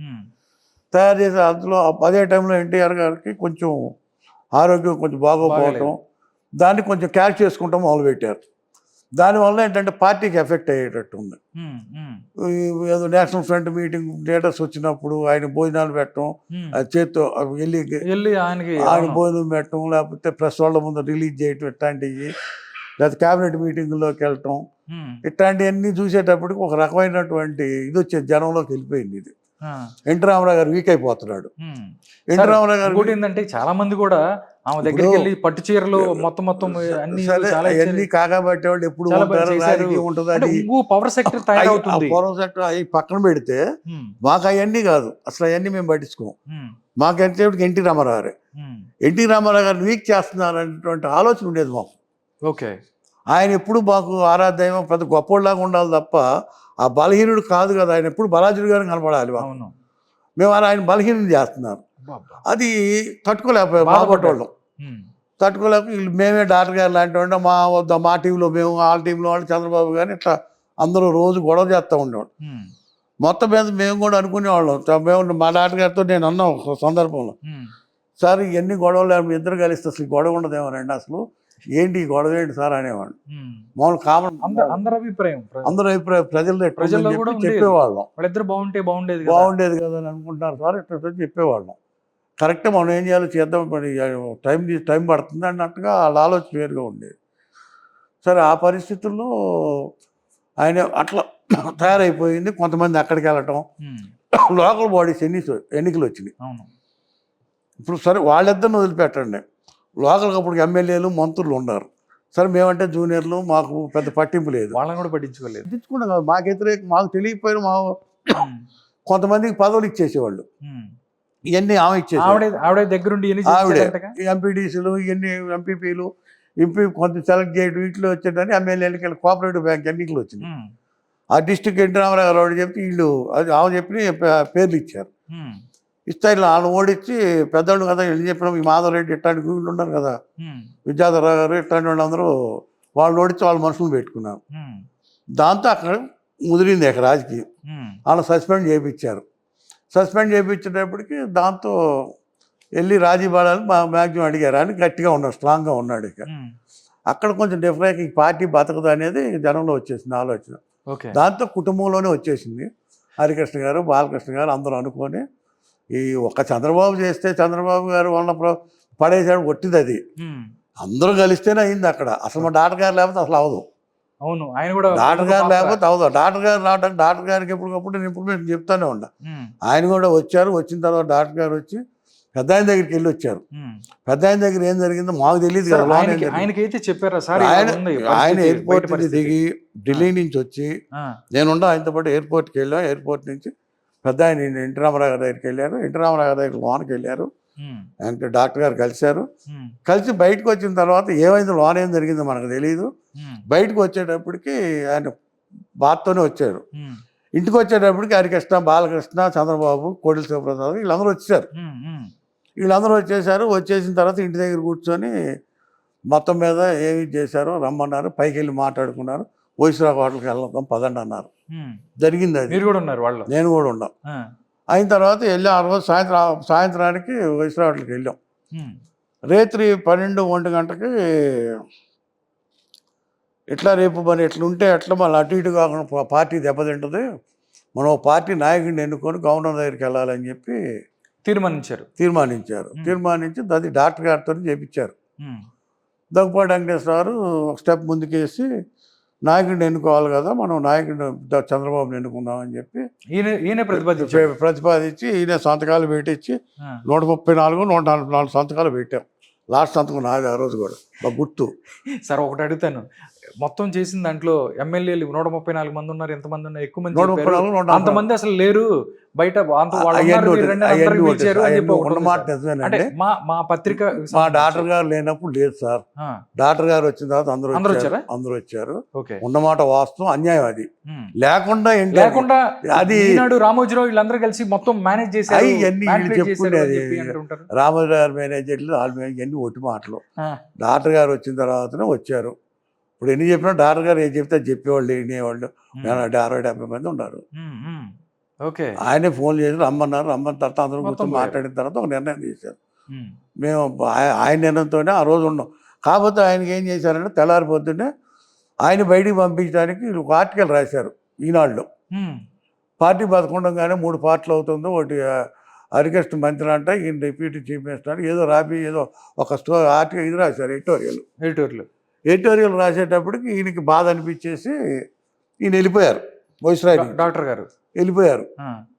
వెళ్ళిపోయిన తర్వాత మేము సార్ ఎంత చేసి మనం ఇప్పుడు వెళ్ళటం కరెక్ట్ కాదు అని చెప్పి నేను ఆలపాటి రాజా వెళ్ళి రాత్రి మేము వెళ్ళాం. రేపు మాపు ప్రమాణ స్వీకారం జరిగేటప్పుడు ఈ టైంలో మీరు వెళ్ళటం ఏంటి, మీరుంటే ఉంటాయి కదా, అందరూ ఉన్నాం. ఇప్పుడు ఇవాళ మళ్ళీ బీసుకుపోయిన తర్వాత ఎవరు రారు, మళ్ళీ మీరు వెళ్ళొద్దు సార్, మీరు అంతగా ఢిల్లీలో ఉండి ఇక్కడ ఏం చేయాలి, మన రాజకీయం మనం చేసుకుందాం, వెళ్ళొద్దని చెప్తే ఆయనకి అవమానం పడేటప్పటికి ఆయన తట్టుకోలేకపోయాడు. ఆయన అవమానించినట్టే కదా. ఇండైరెక్ట్ గా అది మాకు ఆ రోజున ఏంటంటే మాకు అవన్నీ మాకు ఆయన అవమానం పడటం అవన్నీ మేము మర్చిపోయాం. అసలు మాకెంత ఈ గొడవలో ఉన్నాం. నిజంగా మేము చేయాల్సింది ఏంటి, ఆయన మనుషులు ఆయన కాపాడుకోవాలి మేము. అవును. ఈ రాజకీయాల్లో ఉన్న తిప్పలు ఏంటంటే ఇదే, మాకు అంత మెచ్యూరిటీ లేదు, కాపాడుకోవాలని పరిస్థితి ఇప్పుడు అనుకుంటాం కానీ ఆ రోజు లేదు కదా. అవును, ఆ రోజు అంత మేము నిజంగా ఏం చేయాలి, ముందు మనకి మా హెడ్ ఆయనే కదా. అవును. మేము ఆయన మూలంగా 60-70 మంది వచ్చింది, 70 మంది ఉండే 80 మంది ఉండం అనుకోండి, మేము మొత్తం ఆయన పట్టుకుని ఆయన ఉంటేనే మేము అన్నట్టు చెప్పాలి అప్పుడు. అవును, మేము అప్పటికనే డాక్టర్ గారు అసలు ఈ నాయకులందరినీ తయారు చేసింది డాక్టర్ గారే. పార్టీ పెట్టిన దగ్గర నుంచి నాయకత్వం లక్షణాలు నాయకులు తయారు చేసి, కానీ పక్షులకి ఈ రెక్కలు వచ్చిన దగ్గర నుంచి ఎగిరిపోయి చంద్రబాబు గుట్టో చేరి. ఎందుకంటే రెక్కలు స్వార్థం పెరిగేది కదా. స్వార్థం పెరిగేది కదా. స్వార్థం పెరిగితే ఆ స్వార్థానికి ఈయన సమాధానం చెప్పలేరు కదా, దోసుకోమని ఈయన చెప్పలేడు. ఈయన మైండ్ అది కాదు. ఇక్కడ తేడా వచ్చేసింది, మనకి అక్కడ ఫ్రీ దొరుకుతుంది, వెళ్ళారు, ఎక్కడ వెళ్ళారు. ఇది రాజకీయం, డాక్టర్ గారిని కావాలని రాజకీయంగా పతనం చేస్తారు అక్కడ. ఓకే, అది మాకు తెలియలే. మాకు మా బోటి వాళ్ళకు అభిమానం ఉన్నాం కానీ మేము ఏం చేయలేము, మాకు తెలియదు అసలు. ఓకే, అంత అవగాహన లేదు. ఉంటే మేము 10 మందిని భోజనం చేసుకుని 10 మంది కాకుండా ఒక 20 మంది మేము వెళ్ళినా కూడా ఆ రోజు అవుట్. మేము ముందు మాకు దీనికంటే ముందు ఆయన కాపాడుకోవాలి కదా. ఇప్పుడు మన తల్లిదండ్రులు బాగుంటేనే కదండి మనం బాగుంటేది, మన కుటుంబం తర్వాతే కదా. అది అక్కడ చేయలేకపోయాం, పెద్ద ఆయన దగ్గర చేయలేకపోయాం. మేము అందరం వెళ్ళి ఎక్కడ పెట్టామంటే శత్రువులతో ఇదయ్యాం, వెళ్ళిపోయారు, అంతే కదా. మాకేంటి ప్రభుత్వం ఉంటే ఏంటి, పోతే ఏంటి, ఆయన ముఖ్యమంత్రి అయితే మాకు ఆలోచన కాదు కదా, ఆలోచన లేదు కదా. ఎంతసేటికి మనం ఎమ్మెల్యే మనం ఏదో చేయాలి, అభివృద్ధి చేయాలి, ప్రజలు ఈ ఆలోచనతో ఉన్నాం. ఆ ఆలోచనతో ఉండి ఎన్టీఆర్కి దెబ్బేసి మనకు మా గురువు గారికి ఇస్తాం. ఓకే సార్, అన్నిటికన్నా ముఖ్యమైన విషయం ఏంటంటే వైస్రాయ్ హోటల్ దగ్గర జరిగిన సంఘటన మీద ఇప్పటికి కూడా న్యూస్ ఆర్టికల్స్ ఎవరైతే నాయకులుగా తయారు చేసిన ఎన్టీఆర్ మీద చెప్పులు వేశారు, ఆయన్ని అవమానించారు అని చెప్పి కూడా లక్ష్మీభారతి ఇప్పుడు కూడా చెప్తా ఉంటుంది బయటకు వచ్చి. ఎవరు అవమానించలేదు సార్, నిజంగా మీరు అక్కడే ఉన్నారు కాబట్టి జరిగింది. నేను లోన్ ఉన్నాను, నేను చూశాను. ఆయన వచ్చినప్పుడు కూడా మేము బయటకు వచ్చి చూసాము, ఎవరూ వెళ్ళలేదు. ఆ చెప్పులు ఎక్కడి నుంచో బయట నుంచి, బయట ఏం జరిగిందో మనకు తెలియదు. లోపల నుంచి అయితే చెప్పు, లోన్ చెప్తాం కదా, ఇదంతా ప్లానింగ్. అది ఎవరు చేపించారు ఏమిటి అనేది తెలియదు. ఇప్పుడు అదే నేను చెప్పేది. ఇప్పుడు నిజంగా ఎన్టీ రామారావు గారి మీద చెప్పులేసే ధైర్యం ఆ పరిస్థితుల్లో ఈవెన్ చంద్రబాబు గారి కాదు కదా, అందరం కలిసి ఏకమైనా కూడా చేయలేరు. అది క్రియేషనే. ఎందుకు చేశారో ఎవరు చేపించారో ఏంటి రాజకీయం తెలియదు, కానీ మేమైతే అదొక డ్రామా అనుకుంటా నేను. ఓకే, అసలు ఎన్టీ రామారావు గారు ఒక్కడొస్తే అందరూ వెళ్ళేవాళ్ళు అండి బోలం అని. అసలు వీళ్ళందరూ ఎందుకు రావాలి అసలు? అసలు బ్రేకింగ్ అంటే లక్ష్మీ పార్వతి వైస్రాయ్ హోటల్కి రాకపోతే మొత్తం దిగిలిపోయాడు. అసలు ఎన్టీ రామారావు గారు అనేవాడు ఆయన కనుక ఎవడు రాని కాదని వచ్చాడు. ఆయన కనుక వస్తే పైకి వచ్చినా కానీ అసలు పైకి కాదండి, ఆయన వస్తుంటే గేట్లు తెలుసుకునే గేట్లు బాబా ఆ లోనకు వస్తే ఎక్కడ రూముల్లో ఉన్నాడు తలుపులు బద్దలు కొట్టుకుని వచ్చేవాళ్ళు ఆయన కాళ్ళ దగ్గరికి. ఇవన్నీ ఏంటంటే కథలు చెప్పుకోవడానికి వీళ్ళు ఏదో పెద్ద చెబుతున్నారు, కానీ అక్కడ ఎన్టీఆర్ని ఏం చేశారంటే కట్టడి చేసేసారు. అసలు ఆయన ఆలోచన చేయనివ్వరు. అసలు ఆయన చుట్టూ తయారైపోయారు కొంతమంది. అంటే నాకు అర్థమైంది ఏంటంటే మోకాళ్ళ మీద ఉన్నటువంటి రాజకీయ నాయకులంతా అక్కడ చేరారండి.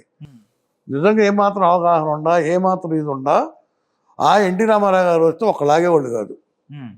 వీళ్ళందరూ ఏంటంటే అసలు వీళ్ళు అనుకుంది ఏంటంటే సార్, నాకు అర్థమైంది, ఓకే, ఈ ఎవరైతే ఎన్టీ రామారావు గారి దగ్గర లక్ష్మీపార్వతి గారి దగ్గర ఉన్నటువంటి వాళ్ళు ఎవరైతే ఉన్నారో, ఇప్పుడు ఈవెన్ ఇంటెలిజెన్సీ కూడా వాళ్ళకి రాంగ్ ఇన్ఫర్మేషన్. ఇంటెలిజెన్స్ కూడా రాంగ్ ఇన్ఫర్మేషన్, రాంగ్ 100%. చెప్పినట్టే 10 మంది ఉండారు, 20 మంది ఉండారు, రామోజీ గారు చేశారు అంటున్నారే. అంటే ఎన్టీఆర్కి తెలియనియకూడదు. వాళ్ళకేంటంటే వీళ్ళని దెబ్బ కొట్టాలి, చంద్రబాబుని, 6 లీడర్స్ని. వీళ్ళందరూ అనుకుంది ఏంటంటే సస్పెండ్ చేసిన వాళ్ళు వీళ్ళు 6 బయటికి పోతాడు, వాళ్ళతో పాటు చంద్రబాబు వెళ్ళిపోతాడు, ఒక పార్టీ వెళ్ళిపోతుంది, మేము నెంబర్ 2 మేము అవుతామని చెప్పి కొంతమంది రాజకీయ నాయకులు అక్కడ ఎన్టీఆర్ తయారయ్యారండి. వాళ్ళ గేమ్లో ఇదంతా జరిగింది. వాళ్ళదే గేమ్. వీళ్ళు పావులుగా మారారు, అక్కడ పావులుగా మారారు, అంతే అంతే. వాళ్ళ ఎవరు ఇదేమైందంటే ఇక్కడ బీసుకుపోయింది. ఇక్కడ బీసుకుపోవడానికి కారణం ఏంటంటే హరికృష్ణ గారు, బాలకృష్ణ గారు, వెంకటేశ్వర గారు ఫ్యామిలీ మెంబర్స్ అంతా ఇటు ఉండేటప్పటికి అక్కడ ఇది బీసుకుపోయింది. ఇక అవ్వలేదు, ఏం అవ్వాలి వాళ్ళకి. వాళ్ళు అనుకున్నది ఒకటి, జరిగింది ఒకటి. ఇప్పుడు తర్వాత అందరూ కథలు చెప్పుకుంటున్నారు, కథలు రాస్తున్నారు. ఒక్కోసారి కొంతమంది జర్నలిస్టులు చెప్తూ ఉంటారు.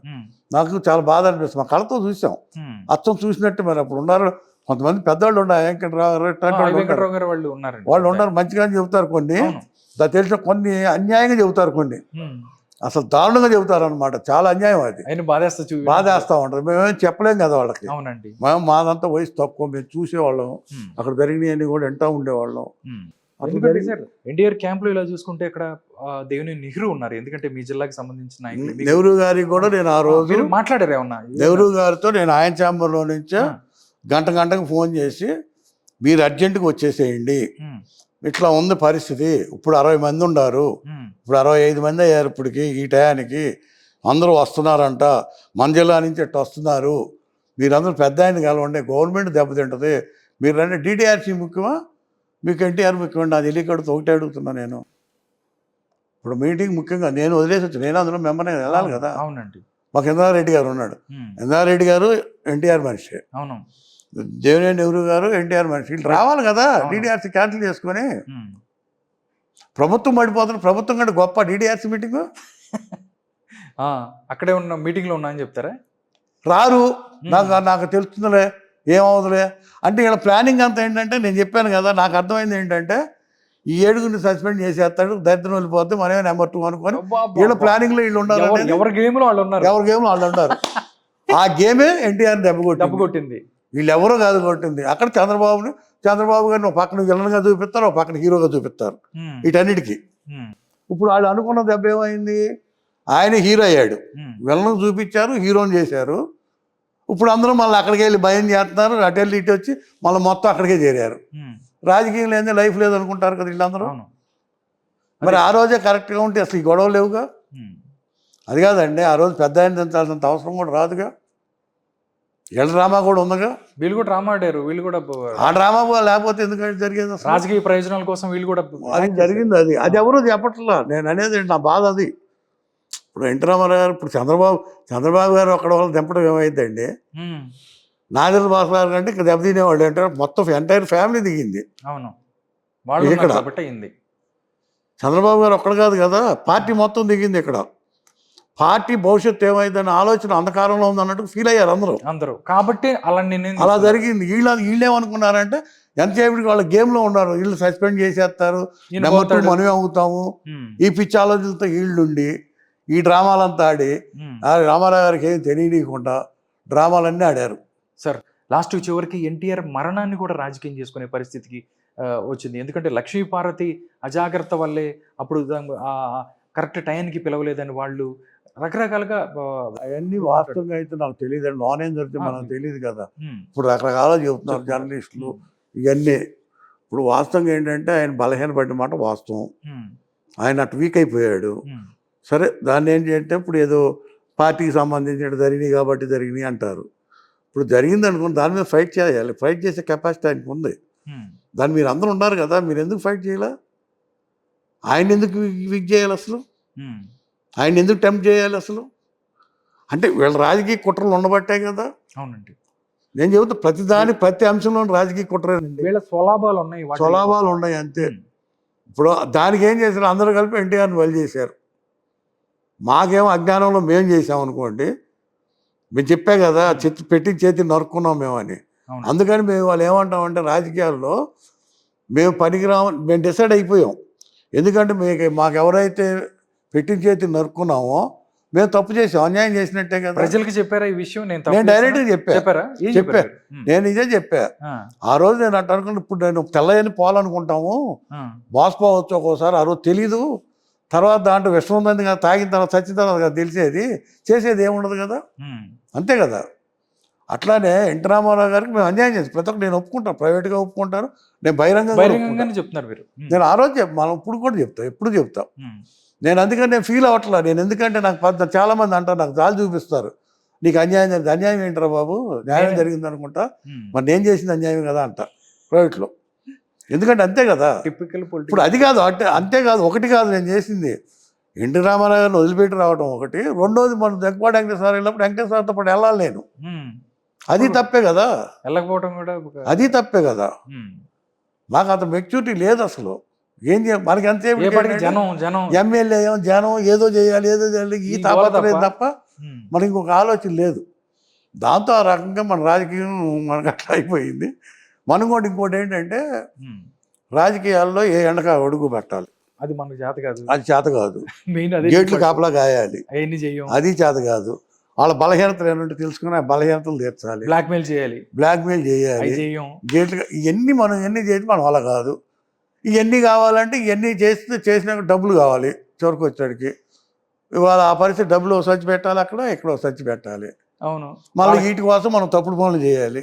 ఇవన్నీ ఎందుకు మంచి మన వల్ల కాదు, ఈ చాచి అనిపించుకొని ఇప్పుడు ఆఖరికి ఇవన్నీ తర్వాత ఇంట్లో వాళ్ళని కూడా భార్య పిల్లలను కూడా తిట్టించుకోవాలి. ఇది అవసరమా ఈ రాజకీయ జీవితం? సూపర్, కరెక్ట్గా అండి. ఆ పరిస్థితుల్లో ఇవాళ రాజకీయాలు ఉన్నాయి. నేను అందుకనే వ్యతిరేకిస్తున్నా. అయితే ఎంత వ్యతిరేకించినా కూడా నాకు ఇంకా ప్రేమ కావాలా, ఇంకా బాధ, ఇంకా ప్రజలకు, ఇంకా ప్రజలతో నాకు ఎంతసేపు ఆ రోజు మమేకం టైర్ వాళ్ళకి అన్యాయం జరుగుతుందనే ఫీలింగ్ మాత్రం ఇప్పుడు కూడా ఉంది. నేను అదే తిడతాను. నేను ఇప్పుడు కూడా మా అబ్బాయి లాంటి రాజకీయం అంటే వద్దురా, నువ్వు వద్దు, రాజకీయాల్లో వద్దని చెబుతూ ఉంటా. ఎందుకంటే ఈ మోసాలు, ఈ అన్యాయాలు, ఈ అక్రమాలు, ఆక్రమణం చేసిన ఇంట్లో ఆ భార్యా పిల్లలను కూడా తిట్టేయటం ఏంటరా? ఇవాళ నాయకులు నేను ఒకటే చెబుతున్నాను సార్, నాయకులు కానీ ఇంగిత జ్ఞానం ఉంటే అసలు ఇంట్లో భార్య పిల్లలను తిట్టించుకుంటారా? ఏది పార్టీ నేను మిమ్మల్ని తిడుతున్నాను, నేను కాదు, నా వెనకోళ్ళు తిడుతున్నాను మిమ్మల్ని, మీ వెనకోళ్ళు నన్ను తిడుతున్నారు. మీ వెనకోళ్ళు నన్ను తిట్టడానికి కారణం నా వెనకోళ్ళు మిమ్మల్ని తిట్టబట్టేగా. అంతేగా, నా వెనకోళ్ళు నేను కంట్రోల్ చేసుకోలేనా? వాళ్ళకి మనం పదవులు ఎత్తున్నాం. ఇక్కడ నేను పదవులు ఎత్తున్నా, మీరు పదవులు ఎత్తున్నారు. అంటే ఇక్కడ కష్టపడే వాళ్ళందరూ ఏమో పక్క వెళ్ళిపోతున్నారు, బూతులు తిట్టిన వాళ్ళు పైకి వస్తున్నారు, వాళ్ళకి పదవులు వస్తున్నాయి. మరి ఇంకోటి కూడా తయారవుతాడుగా. ఓహో, మనకు తిడితే పని వస్తుంది, మనం జెండా కట్ట అవసరం లేదు, పని చేయాల్సిన అవసరం లేదు, ప్రజలతో సంబంధం అవసరం లేదు. మన అపోజిషన్ నాయకుడిని తిడితే చాలు, మనం ఆ పార్టీ వాడు ఈ పార్టీని, ఈ పార్టీ వాడు ఆ పార్టీ నాయకులు తిడితే మనకు పదవులు వస్తున్నాయి. ఆ సిస్టంలోకి వెళ్ళిపోయారు. అంటే నేనేమంటానంటే నాయకులకు ఇంగిత జ్ఞానం లేకుండా తయారైపోయారు. కాబట్టి ఇప్పుడు ఇవాళ ఉన్న రాజకీయాల్లో అసలు కరెక్ట్ కాదు అని మీరు అభిప్రాయపడుతున్నారు? డెఫినెట్గా. నేను అందుకే మా వాడిని వద్దు వద్దు వద్దు అని చెబుతాను. సార్, చివరిగా చెప్పండి సార్, పొలిటికల్గా చూసుకున్నట్టయితే మీరు ఎంత కాదన్నా కానీ, ఎందుకంటే మీరు ఒక ఎన్టీఆర్ అభిమానిగా రాజకీయాల్లోకి వచ్చారు. ఎందుకంటే పాలిటిక్స్ అనేది పొల్యూట్ అయిపోయాయి. ప్రజెంట్ పాలిటిక్స్లో ఇమ్మడలేక మీరు బయట ఉన్న పరిస్థితి అయినప్పటికీ కూడా మీ మనసు ప్రజల చుట్టూను, లేకపోతే మైలవరం చుట్టూను, ఆంధ్రప్రదేశ్ చుట్టూను, ఎప్పుడు మీ మాటలు చూస్తుంటే చాలా బాధ వేసింది అనమాట. ఎందుకు ఇలాగా చేస్తారని కూడా. చివరిగా చెప్పండి, ఆంధ్రప్రదేశ్ అభివృద్ధి కోసమో లేకపోతే టోటల్గా తెలుగు జాతి అభివృద్ధి కోసం ఏమేమి చేయాలి? స్టేట్స్కి సంబంధించి ఈ చెత్త పాలిటిక్స్ అవ్వచ్చు, ఒకళ్ళ మీద ఒకళ్ళు ఇప్పుడు తిట్టుకోవటం, ఆడవాళ్ళని కూడా తీసుకొచ్చి రాజకీయాలు చేస్తున్న పరిస్థితి కనపడుతుంది. ఏం చెప్తారు రమేష్ గారు మీరు? ఇప్పుడు కరెక్ట్గా చెప్పాలంటే ఉన్న నాయకత్వాలు పర్ఫెక్ట్ తయారవ్వాలి సార్. ఫస్ట్ ఉన్న నాయకత్వాలు అంటే అధికార పార్టీ అంత ప్రతిపక్షం కూడా కరెక్ట్గా ఉండాలి. ఉన్నప్పుడు ఏమవుతుందంటే మనకు పెట్టుబడి పెట్టేవాళ్ళు ఆల్రెడీ వస్తున్నారు ఇవాళ. ఎందుకంటే గతంలో మనం హైదరాబాద్ గ్రోత్ చూస్తున్నారు, ఎందుకంటే చంద్రబాబు గారి నాయకత్వంలో జరిగింది. అప్పుడు మేము ఎమ్మెల్యేగా ఉన్నాం. హైటెక్ సిటీ అది స్టార్ట్ అయినప్పుడు, తర్వాత ఏననుకోండి ఫస్ట్లో హైటెక్ సిటీ అప్పుడు మేము ఉన్నాం అని అనౌన్స్ చేసినప్పుడు ఇవన్నీ కూడా. ఆ తర్వాత సైబరాబాద్ ఇవన్నీ రావడంలో చాలా కంపెనీలు వచ్చినాయి. మొన్న మధ్య చెప్తున్నారు కదా డిఎల్ఎఫ్, మన ఢిల్లీలో సమావేశంలో అమరావతికి వస్తున్నాము. గతంలో అప్పుడు లేట్గా పెట్టారు హైదరాబాద్లో వినియోగించుకోవాలి ఫస్ట్ టైం. ఇప్పుడు మేమే ముందుకు వస్తాము, మేము ఇలాంటి విజన్ లీడర్ని వదులుకోలేకపోతున్నాను, ఆయన వస్తున్నాం. నేనేమంటానంటే ఇట్లా వచ్చేటువంటి ఇన్వెస్టర్స్ని మనం రప్పించుకోవాల్సిన బాధ్యత, దీని ప్రతిపక్షం కూడా సపోర్ట్ చేయాలి. మనకు కావాల్సింది ఏంటంటే తెలుగు ప్రజలు, తెలుగు రేపు పోయే జనరేషన్. ఇప్పుడు చదువు మనకు అవసరం, పక్కన కాలేజీలు పెంచుకొచ్చాం, ఇంజనీరింగ్ కాలేజీలు విపరీతంగా పెరిగింది, కాలేజీలు విపరీతం పెరిగిన వాళ్ళందరూ ఏం చేయాలి? ఇతర దేశాలు వెళ్ళినప్పటికీ వెళ్తున్నారు. ఇవాళ వాళ్ళు కూడా ఇవాళ ఖాళీలు లేవు అంటున్నారు ఇతర దేశాల్లో కూడా. మన పిల్లలంతా ఎట్ట బతకాలి? రేపొద్దు మనకి ఇక్కడ వనరులు ఉన్నాయి, మనకు అందరూ ఇన్వెస్ట్ చేయడానికి వస్తున్నారు. ఈ ఇన్వెస్ట్ చేయడానికి దాన్ని ఉపయోగించుకోవాలని బాధ్యత ప్రభుత్వానికి ఉంది, దాన్ని సపోర్ట్ చేయాలని బాధ్యత ప్రతిపక్షానికి కూడా ఉంది. అట్లనే ప్రజలందరం కూడా మనం ప్రభుత్వాన్ని సపోర్ట్ చేయాల్సిన బాధ్యత ఉంది. 5 సంవత్సరాలు ఎన్నికలు వచ్చినప్పుడు ఎన్నికలు వేరు, మనం 5 సంవత్సరాలు బాధ్యతగా అప్పచెప్పినప్పుడు ఆయనతో పని చేయించుకోవాల్సిన బాధ్యత మనందరం ప్రజలందరి మీద ఉంది, సేమ్ టైం ప్రతిపక్షంతో సహా.